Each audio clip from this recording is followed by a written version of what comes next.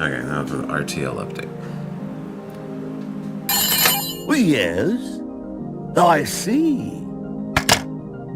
Good news, everyone! Return to Life has been officially selected to screen at the Made in Hawaii Film Festival. The event will be in Hilo on Hawaii Island June 1st and 2nd, then Kona June 14th. Go to mihff.org to find out more information. Production news. Back in February or so, I got a fire lit under my butt to write out some stuff and rush into production in May. Well, after I made that leap, I looked at what all would be involved to make it happen. The bungee cord of reality snapped me back to reality and made me realize that can't really do that. No production for now. Earliest I can reckon that'll happen would be early next year.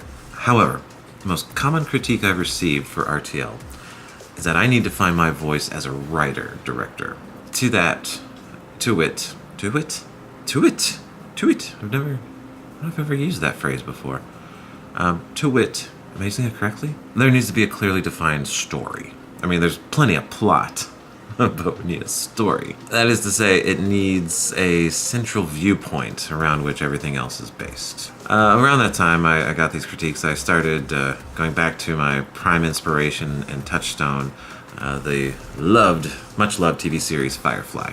Much loved by me and many people. As I was watching the first couple episodes, things started to fall into place. While I love the ensemble cast and the crazy challenges and scrapes they get into, the story is about Malcolm Reynolds. He's a man who believed in something. The resistance, the browncoats. He put everything on the line for that. He made it through the most intense battle of the war, the Battle of Serenity Valley. And he even took down a major Alliance ship by himself. Immediately after that, when he thought the cavalry was coming, he actually found out his side surrendered. Everything he stood for, everything he believed in, everything his life was dedicated to, just gone. Even worse, just gave up. And then the series goes on to explore his life. Rudderless, directionless, going where the wind blows, and then examining what that means and how it plays out in his life. You know, how do you recover from a colossal letdown like that? And how do you figure out who you really are when everything you stood for just gone? You know, he has to figure out who he is apart from that, not being defined by any kind of political movement or side, but being who he being who he chooses to be, figuring out what he stands for. This is brought to a powerful moment and realization in the film, Serenity, with one of my favorite lines, "I aim to misbehave." Taking all that into account, I realized I need to make RTL about one character. At first, I thought it was Caleb. I don't know why. He's a dude, I'm a dude. Right, what you know, right? But during the post-production process, watching the story play out again and again, and letting it evolve through the editing process, as well as writing future episodes, or developing future episodes, I came to realize it's not Caleb's story, it's Torin's story. And it's a story I've lived my whole life, which is why Firefly, even Battlestar Galactica, resonates with me so deeply. And in that respect, it's not wholly unique or original, I guess.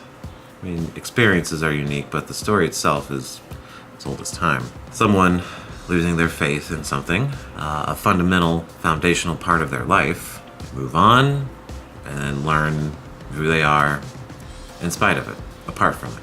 Learning it's about who you want to be, not what any given institution or circumstance or anyone else tells you must be. And hopefully the post-apocalyptic sci-fi fantasy setting makes it a little unique.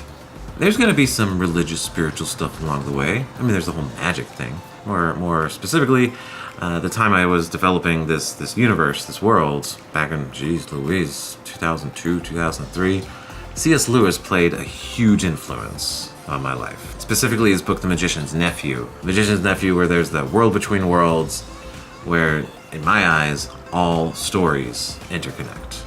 And apart from that, religion has been and continues to be a significant part of my life. So there's likely to be some allegorical elements, hopefully nothing too on the nose or heavy-handed. But my whole goal with this is to craft something, a story, an experience that resonates with people like me, people who are searching for truth and meaning in a deceitful, hopeless, sometimes bleak world. So that's my aim. That's my heading, and well, that's where we're headed. I intend to make more videos like this as time goes on to keep it in your consciousness and let you know what's happening, as well as sharing the experience of making the original. I've got a ton of behind-the-scenes footage. My goal is to shoot something by next year. With this new thing in mind, this new direction. I do want to thank you for watching. If you're not already, please subscribe so you don't miss a thing. And yeah, thanks for showing your support, and we'll have another update coming shortly. See you next time.